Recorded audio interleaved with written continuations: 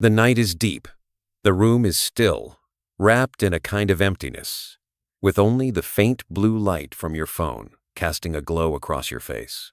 Out there, the world sleeps, but inside, your mind stirs like a river running in reverse. Your fingers scroll up and down the screen, searching for something you can't quite name. You tell yourself, it's just desire, just a little release and everything will be fine. A quiet justification, repeated like a familiar ritual, and you believe you're not alone, that you're no different from millions of others curled up in the dark, trying to fill the void with images, illusions, and broken fragments of closeness. But if you paused for a moment, truly paused, you might notice something different. A faint echo rising in the silence you've been avoiding. It's not hunger of the body, not exactly lust. It's a hollow space that appears even as you're scrolling, imagining, pouring your thoughts into a distant body. In the very moment you think you're yearning most, something cold begins to slip into your chest. Emptiness. Carl Jung saw this long ago, before modern psychology dared to speak of it. He once said, "People will do anything, no matter how absurd, to avoid facing their own soul." And that is the bitter truth of desire.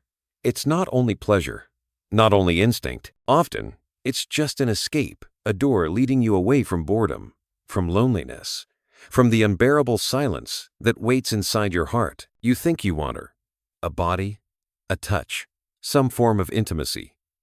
But what you truly crave is the feeling of being alive, of holding something real, of being seen, touched, understood. You believe desire is the answer. But every time the moment passes, you return to yourself, the same you, the same emptiness, the same unchanging quiet. Pleasure is like a brief wave, touching you only to fade, leaving behind a silence even heavier than before. Then comes the most frightening truth. Desire is not the enemy. It's only a signal, a sign of another hunger one no body can satisfy. It's the hunger of the soul, a soul left unheard, for too long, untouched, turned away by your own choice. Picture this. You're sitting in a vast room where every window is shut. Outside, the sun still shines, the wind still blows, the scent of life still lingers. But you've drawn the curtains, locked the doors, and stayed there with the cold blue light of a tiny screen. This is how your soul gets imprisoned, not because there's no light, but because you've stopped opening the windows. Desire is just the knocking at the door, urgent and loud, a reminder that says, "I'm still here. You've forgotten me for too long." Maybe you felt this before. When every repetition starts to lose meaning, you escape, only to return. You reach for images, only to fall back into the same emptiness. The cycle repeats, and slowly, you realize you no longer crave pleasure. You're longing for something else, something deeper, more real, more lasting. Desire, in its deepest form, is a mirror. It reflects what's missing inside you. You think you're chasing others, but really, you're trying to find yourself. Every imagined touch, every glance, every image you save, all are fragments of the soul you've lost. And perhaps the pain you feel doesn't come from endless wanting, but from never really reaching anything. The more you grasp, the further it slips away. The more you search, the more it disappears. Because from the beginning, it was never out there. It has always been within you, in the room you've kept locked. When your eyes pause on the screen, when your heart races at a fleeting image, do you ever ask yourself, what am I really yearning for? Is it truly the touch of skin? Or is it the longing to be seen, to be accepted, to be held in genuine love? The pain begins when you understand this. Desire is only a curtain. Behind it is a voice. Behind it is the truth you've been trying to avoid. And whether you want it or not, that truth is quietly pulling you back. Carl Jung never taught us to hate desire. He saw it as a language, a hidden code from the soul. When desire rises, it's saying, "You've forgotten me. You've lost me for too long. Come back, look within." But who wants to look inward when inside lies a pit of silence? Who wants to face loneliness, numbness, a heart starved of love? So you keep running, you keep tapping, you keep searching for a face to cling to. And so, night after night, the cycle continues. Every time you think you've found release, you fall even deeper into the abyss of emptiness. Maybe one day, in a quiet moment, you'll stop, Look straight into yourself and ask, if it's not desire, then what is all this emptiness trying to tell me? And that question, once asked, could be the door to your true journey. That moment, when you begin to wonder if desire is truly what you're longing for, often comes like a strange breeze, gentle, fleeting, but strong enough to shake you. Because beneath desire, beneath the images you've been chasing, lies another emptiness waiting to be acknowledged. Not the emptiness of unfulfilled pleasure, but the emptiness of truths you've never dared to face. You think you want more closeness, but what you truly lack is connection. Not the fake connection through a few midnight messages, not the fleeting intimacy of fantasies, but real connection with your body, your heart, your purpose, the deep essence of who you are. You're not really hungry for touch. You're hungry to feel. You're not really thirsty for flesh. You're longing to be seen, to be recognized. What you seek isn't in someone else's body. It's in the part of you you've forgotten the ability to be present with yourself. Desire is just a mask. It wears the face of urgency, heat, and rush. But if you peel that mask away, you'll find a small child inside, trembling, wide-eyed, waiting for someone to say, "I see you. I'm here with you." Yet instead of sitting down and holding that child's hand, you turn away. You look for a quicker, easier fix. Jung called this the shadow, the part of you that was never truly loved, now searching for love in all the wrong ways. It shows up not only in lust, but in all forms of escape, in meaningless yet familiar conversations, in frantic texting to cover silence, in recurring fantasies about someone who once made you feel worthy, all just patches. And each time you apply a new patch, the emptiness inside only grows deeper. Do you see that the more you chase, the further you drift from yourself? Every time you try to find life in a glance, in a touch that exists only in your mind, in a fading memory, you're saying to yourself, "I'm not enough. I need someone else to fill this void." But the truth is, no one else can fill it. Only you can. Maybe that's the hardest truth to accept, because looking inward means sitting with that loneliness, feeling it, listening to it. And loneliness, when seen clearly, often looks like a bottomless pit. You're afraid you'll fall forever. You're afraid you'll disappear. So you turn away. You press again. You fall back into the same old loop. But let me ask you this. When was the last time you sat in silence, with no screen, no face to look at, just sat with yourself? How long has it been since you truly touched the emotions inside you? Since you let yourself cry, let yourself tremble, let yourself hope for something greater instead of shutting it all down with one quick fix? You might say, but everyone has desires. It's normal. It's natural. And you'd be right. Jung never denied that. Desire is natural. But using it as a form of anesthesia, as a way to forget your soul, that's what brings the pain. You don't truly want another body. You want to feel alive in your own. You don't need another night. You need presence to feel your heart still beating, to know that you are still here. All those long nights of searching you weren't just looking for someone. You were looking for yourself. That's what Jung saw in so many who came to him. They didn't come because of sexual troubles. They came because of a spiritual hunger, disguised as desire. That hunger can't be fed with flesh. It can only be fed through return, through coming home to yourself. And the moment you realize that, you've taken a small but powerful step. You've stopped lying to yourself that one more fix will make it all better. But this path isn't easy, because as soon as you begin to listen to the emptiness, it will rise with a force you've never felt. It will whisper, "You're not enough. You need more. You can't bear this silence." And you'll have to press the same old button, or sit down and ask yourself, if I stop running, what might I find here? Maybe in that moment, you'll tremble. Your body will ache to escape, to release, to run. But if you breathe just one more breath, something else will appear. In the loneliness, a soft voice will rise, saying, "I'm here. I never left.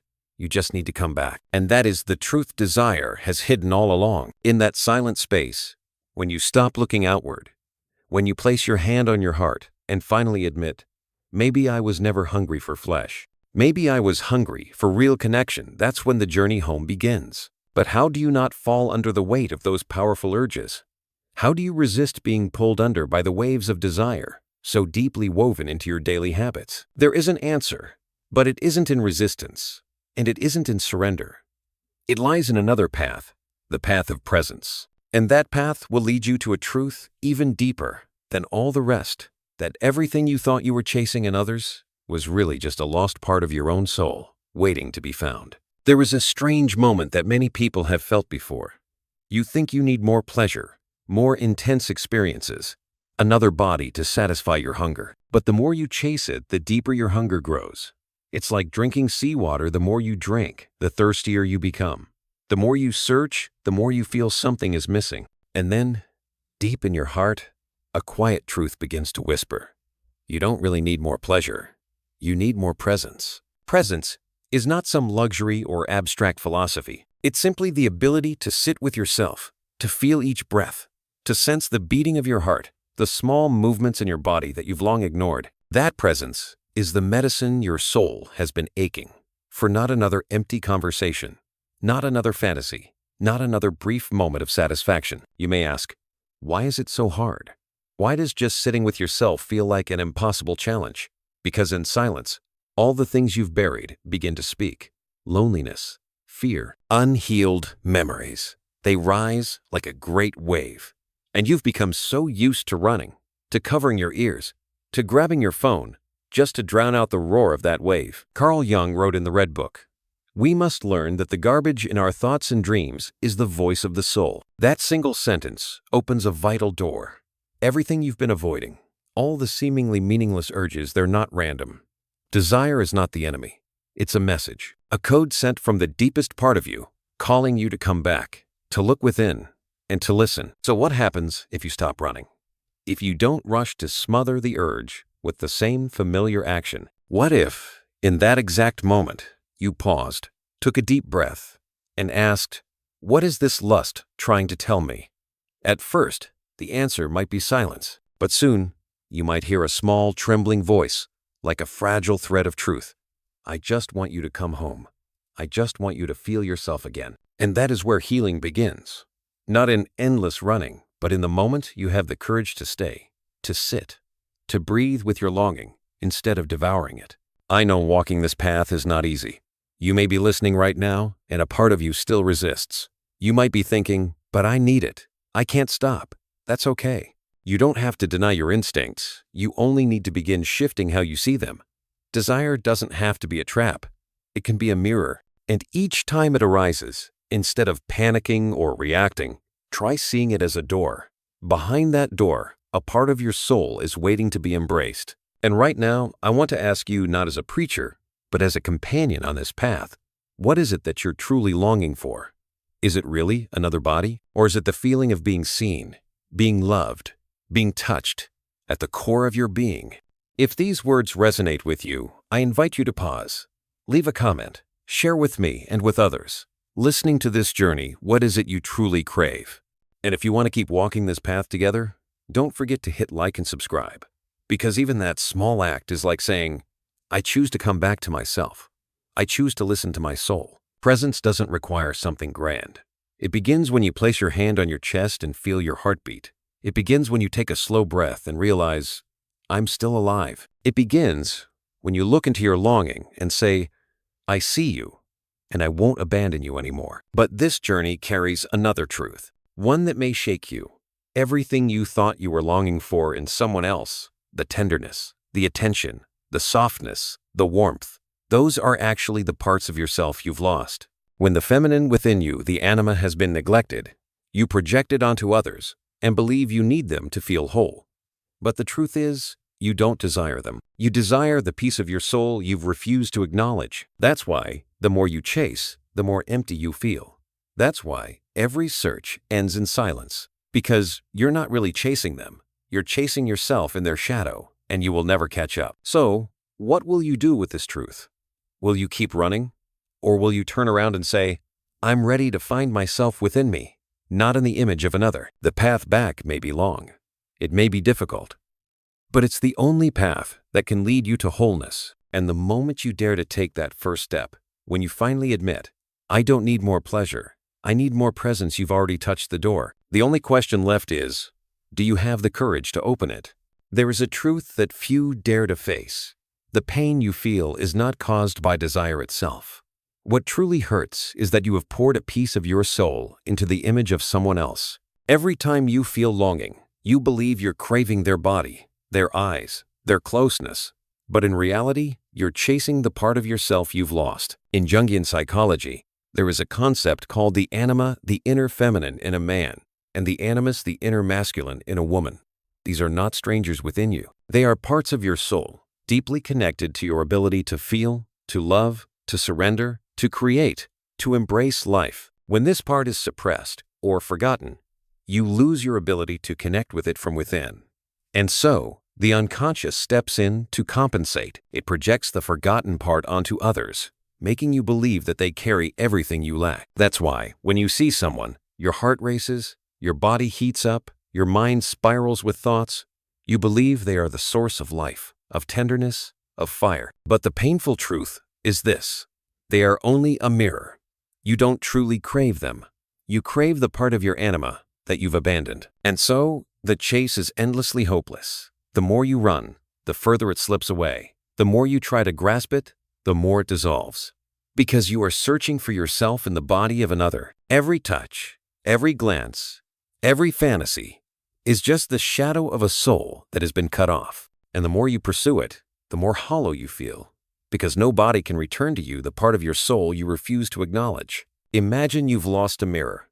For years, you've searched for it everywhere. Then one day, you see someone holding a mirror, and you run toward them, believing that's what you've been missing. But that mirror never belonged to you. It only reflected your image for a fleeting moment. And when they walk away, you're left empty again, lost, missing yourself all over again. Carl Jung once said, "What you do not bring to consciousness will appear in your life as fate, and you will call it destiny." When you don't recognize your anima, it takes control. You get caught in hopeless love, in burning but short-lived desires, in longings that are never satisfied. And you call it love when in truth, it is simply the reflection of a fragmented soul. Do you recognize this in yourself? The more you love, the more you crave, the more terrified you become of losing. That cycle of intense desire, followed by aching emptiness, the sharp pain of realizing that no matter how many times you touch the other person, you can never fill the void inside. Because that void is not shaped like another human. It is the space where your soul once lived. And now, the truth stands clear. You don't need to possess someone. You need to reunite with yourself. The embrace you seek isn't in their arms. It's in the arms you've never opened for yourself. The gaze you long for isn't in their eyes. It's in the gentle, loving look you've never given your own reflection. Yet there's a paradox. The more distant your anima becomes, the more intense your desire grows. It turns into an uncontrollable wave that drags you into compulsive loops, endlessly scrolling, fantasizing about people you barely know, replaying images just to feel something. And when the wave breaks, you're left drained, hollow, more disconnected than ever. Jung called this the seduction of the shadow. It doesn't come through evil. It comes through illusion. You think you see a person, but what you're really seeing is your unmet need, your unhealed wound, the tenderness you've forgotten in yourself. And because you can't reach those parts from within, you try to steal them from the outside. But how can you hold something that never belonged to someone else, but was always a piece of your own soul? Remember this. No one can carry the part of your soul you've abandoned. Nobody can substitute what's missing inside. Because desire, without love, without deep connection, will always collapse. It is a bridge made of smoke. The further you walk, the more it fades. And so the loop continues. The hungrier you are, the harder you search. The harder you search, the further you stray. You think you're alive, but you're just running in a maze, where every path leads back to the same emptiness. There will come a moment when you'll have to ask yourself, if all this desire is an illusion, then what is real? And the answer, though painful, is the only key. The truth lies within you, in the forgotten anima, in the childlike soul, still waiting for you to return. When this truth dawns on you, you might cry, not because you are weak, but because you finally see clearly. The pain all along wasn't because you lacked someone else. It was because you lacked yourself. Every chase was a way of running from that truth. And now, with the illusion shattered, You know you can't keep running anymore, but realization is only the first step. A larger question remains unanswered. If all this was just a mirror, then what is the way out of the maze? What path can take you from endless longing to true wholeness? There is a path. But to walk it, you must face a darkness deeper than ever before, the cycle of addiction, the soul's gnawing hunger, the numbness waiting just ahead. There are moments when you believe you're still in control. You tell yourself it's just a little indulgence, that everything is still within your grasp, that you can stop anytime. But the truth is far more silent, far more ruthless. Each time you surrender to desire, a new chain wraps around your soul, and slowly, you are no longer the one controlling desire. Desire is now the one controlling you. Carl Jung called this psychic possession when a psychological complex takes over your will. You're no longer acting as a free individual. Something unseen is moving through you. It's not you choosing, it's choosing through you. It's not your true longing, it's the shadow within you, screaming, pushing, pulling. At first it's small, a scroll through your screen, a meaningless message at 2 a.m., a brief search for fleeting sensation. You whisper, "It's fine, just this once." But once becomes twice. Twice becomes habit. Habit becomes a loop. And the loop becomes a trap. And traps have no doors. Then come the quiet changes within. First is the numbness. The things that once lit you up, music, art, creativity, begin to fade. The fire you once carried has been drained by fleeting cravings. A fire meant to light your path is now burned for seconds, then gone. Then comes isolation. You smile in conversations, but your eyes are hollow. You nod, but your mind is elsewhere. You no longer feel truly connected to anyone. Relationships become surfaces. Words become rituals. You are there, but not really present. And next, the collapse from within. You lose drive. You procrastinate. You abandon your dreams. You feel a slow, steady erosion of your ability to start, to build, to create something meaningful. Because every time you surrender to unconscious desire, you're burning the same energy that was meant for purpose, for love, for presence. That's why Jung warned, desire, when disconnected from the soul, not only distorts how you see others, it also breaks how you see yourself. You don't notice it right away. It starts with small cracks. You avoid eye contact. You shy away from deep conversations.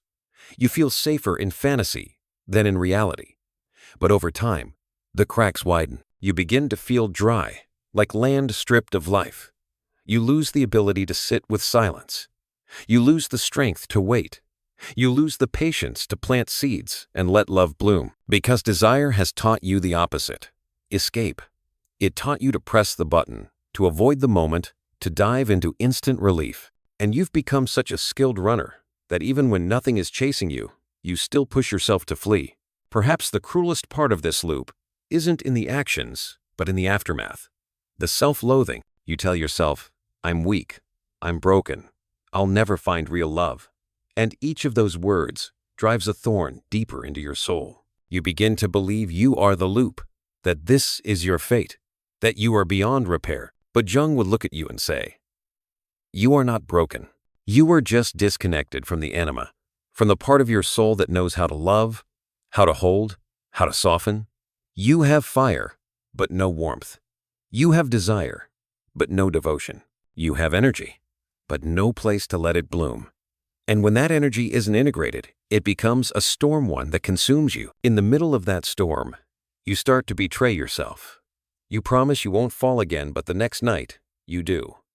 You swear you'll live differently, but by morning, you're back in old habits. And each time, your heart hardens a little more.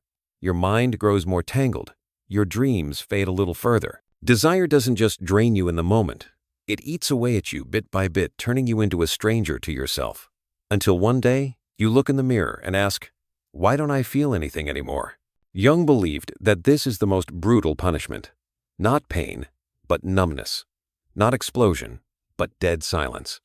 When you've gone numb, you can no longer hear your soul. You can no longer feel life.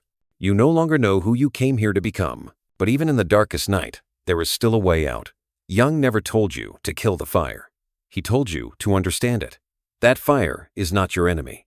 It's burning because it's been forgotten. If you dare to face it, if you dare to listen instead of run, it will become your guiding light. The question is, do you have the courage to stand still in the storm, to stop running, to stop pressing, to stop swallowing another illusion and instead, just breathe, just stay, just look straight into the fire blazing inside you? Because only when you dare to stand still will you finally hear what the fire has been trying to say all along. I don't want to destroy you.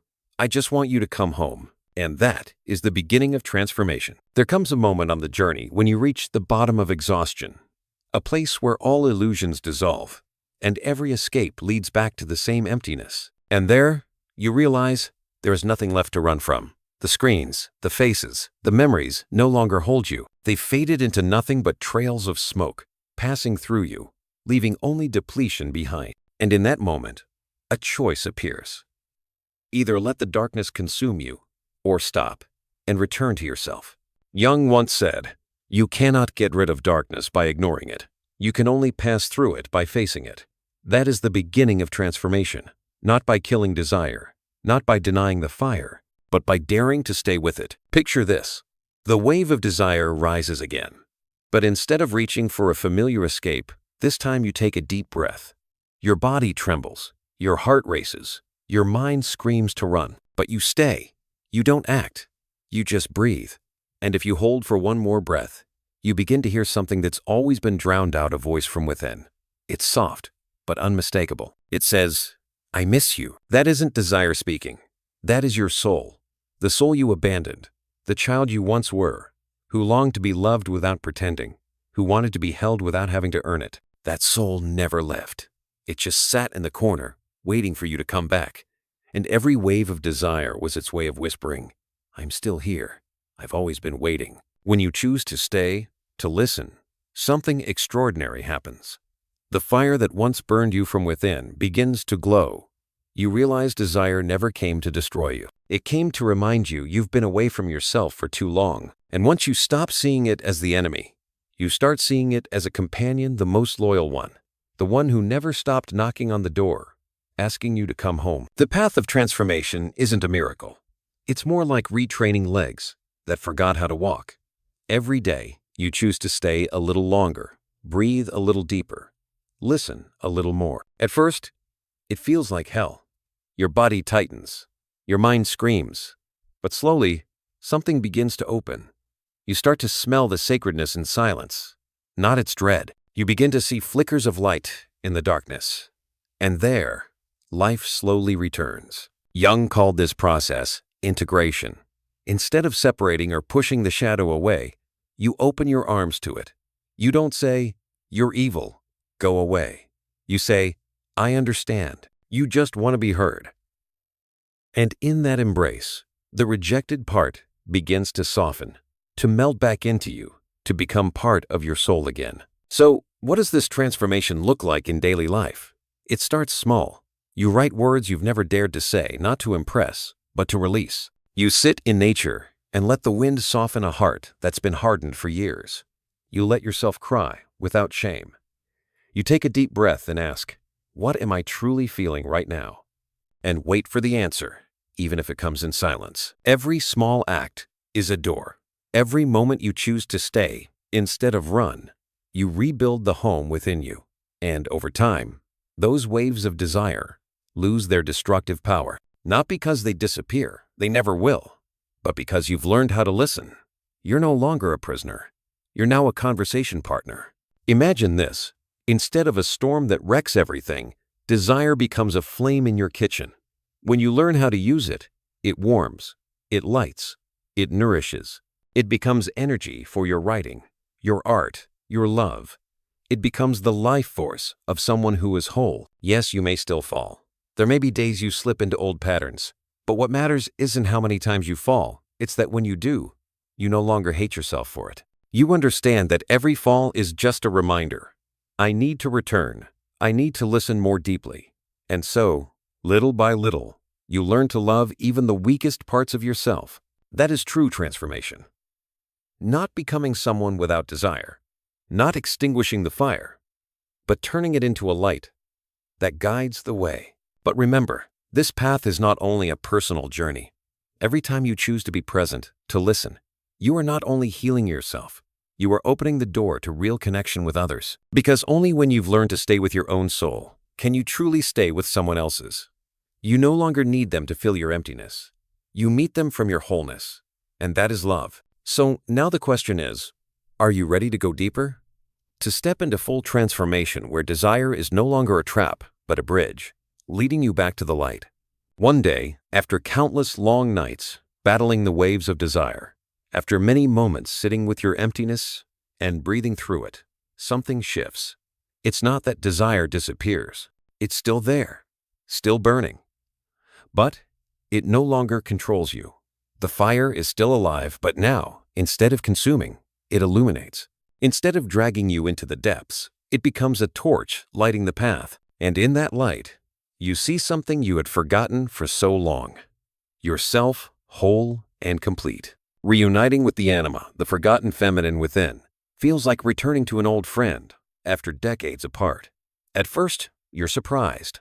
You see a softness you once thought existed only in others. You feel warmth, forgiveness, gentleness, the very things you had always sought in someone else's arms. But this time, it's not a projection. It's not a reflection. It's you. And in that moment, a chain breaks. You no longer need anyone to make you whole. You no longer grasp or cling to feel worthy. You no longer beg for a look, a touch, or approval. Because now, you've given that to yourself, recognition, love, and the sacred gift of being seen. Jung once wrote, "No one becomes enlightened by imagining figures of light, but by making the darkness conscious." And now, after you've dared to hold your darkness close, real light has emerged. Not the artificial glow of fleeting satisfaction, but a lasting light, born from within. Imagine this. Once, whenever desire rose, you ran outward in search. But now, when it rises, you pause, you listen, you place a hand on your chest and whisper, "I see you." And in that moment, instead of becoming a slave to the wave, you become the one who steers the current. Desire doesn't disappear, but it transforms from blind instinct into creative energy, from addiction into life force. You begin writing again not to prove anything, but to let your soul breathe. You begin creating not to impress, but to release what was buried. You begin loving not to fill a void, but to share the overflow within you. And because of that, your relationships shift. You no longer see others as a means to escape loneliness. You see them as souls, walking beside you on their own journeys. That is real love, that does not demand, does not possess, does not cling. Love that flows from fullness, from a heart that has learned how to stay. And when you love from that place, love becomes a fire that warms both of you, not one that burns you to ashes. But wholeness doesn't mean desire will vanish, or that you'll never struggle again. On the contrary, desire will still come, like waves that never cease. The difference is now, you know how to ride them. You can smile at the hunger, because you understand its message. And each time, instead of feeling smaller, you feel wiser, more grounded, more connected to your soul. This is where desire has always wanted to take you. Home. And that home was never in another person's body, never in fleeting dreams, never in temporary arms. It has always been right here inside you waiting for your return. And now, you have returned. You may look back at the years gone by the long nights, the loops, the self-loathing. But now, you look without blame. You understand that every step was needed. Without the chaos, you would never have learned to pause. Without the wounds, you would never have known what needed healing. Without the tears, you would never have cherished the gentleness you now hold. And so, a circle closes. Desire, darkness, addiction, all were winding roads leading you back to the only place that ever mattered, yourself. Now, when you see others, you no longer see illusions. You see them as whole beings carrying their own light and shadow. You no longer need them to complete you. You meet them in your fullness. And if there is connection, it will not be a chain. It will be harmony. And in that moment, you finally understand the truth your soul has always whispered. You were never addicted to other people. You were addicted to the feeling of being whole, and that feeling only you can give it to yourself. So now, sit still for a moment. Close your eyes. Ask yourself gently, what is it I truly long for? The answer may not come right away. It may arrive in silence, but you will know, because your soul has never stopped calling your name. And if, in this moment, you feel your heart stirring, if even a part of this story has touched that deep longing within you, it is no coincidence. It is a sign that the journey home has already begun. Share this. Leave a comment. Write down what it is you truly long for, not for me to read, not for anyone else, but as a promise to yourself. I have begun the return. The fire in you has always been there, but now it is no longer your prison. It has become your light, and when that light rises, you'll know you've finally come home. Thank you for staying with me until the very end of this story. If this message touched your heart, please give it a like, subscribe to the channel, and turn on the notification bell so you'll never miss the next journey we take together. Your support means the world to me.